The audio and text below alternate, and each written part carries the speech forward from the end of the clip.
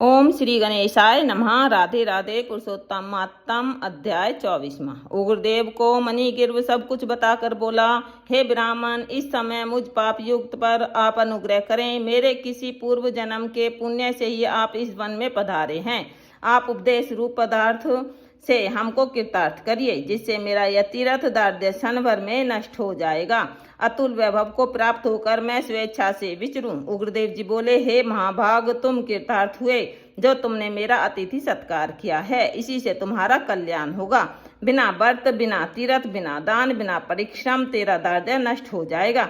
ऐसा ही मैंने निश्चय किया है। इस मास के आगे तीसरा मास पुरुषोत्तम मास है, इसलिए तुम दोनों स्त्री पुरुष यतन के साथ श्री पुरुषोत्तम मास में भगवान की प्रसन्नता के लिए दीपदान करना, जिससे तुम्हारा यह दारिद्र्य मूल महित नष्ट हो जाएगा।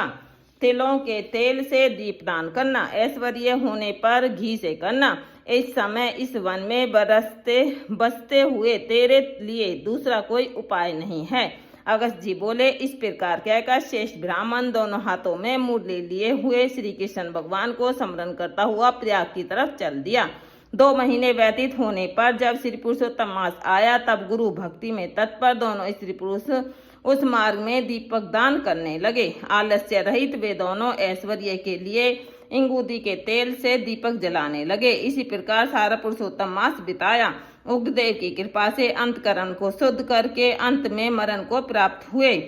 स्वर्ग को गए और वहां के सब भोगों को भोग कर उग्रदेव की कृपा से वे दोनों श्रेष्ठ जन्म को प्राप्त हुए। पूर्व जन्म में जो मृग सिंह में तुम तत्पर थे, उस जन्म में वीरबाहु के पुत्र चित्रबाहु के नाम से विख्यात हुए। इस समय तेरे आधे अंग को हरने वाली जो तेरी स्त्री है, वह पति के पुण्य का आधा भाग लेती है।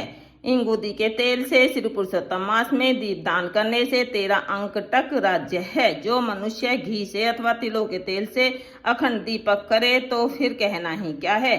पुरुषोत्तम मास के दीपक का ऐसा ही फल है, इसमें संशय नहीं है। उपवास आदिकों से पुरुषोत्तम मास का व्रत करें तो फिर कहना ही क्या है। वाल्मीकि जी बोले, इस प्रकार अगस्त जी राजा चित्रबाहु के पूर्व जन्म की कथा कहकर सत्कार को प्राप्त होकर नाथ रहित आशीर्वाद देकर वहां से चले गए। इति पुरुषोत्तम मातम अध्याय 24वां संपूर्ण।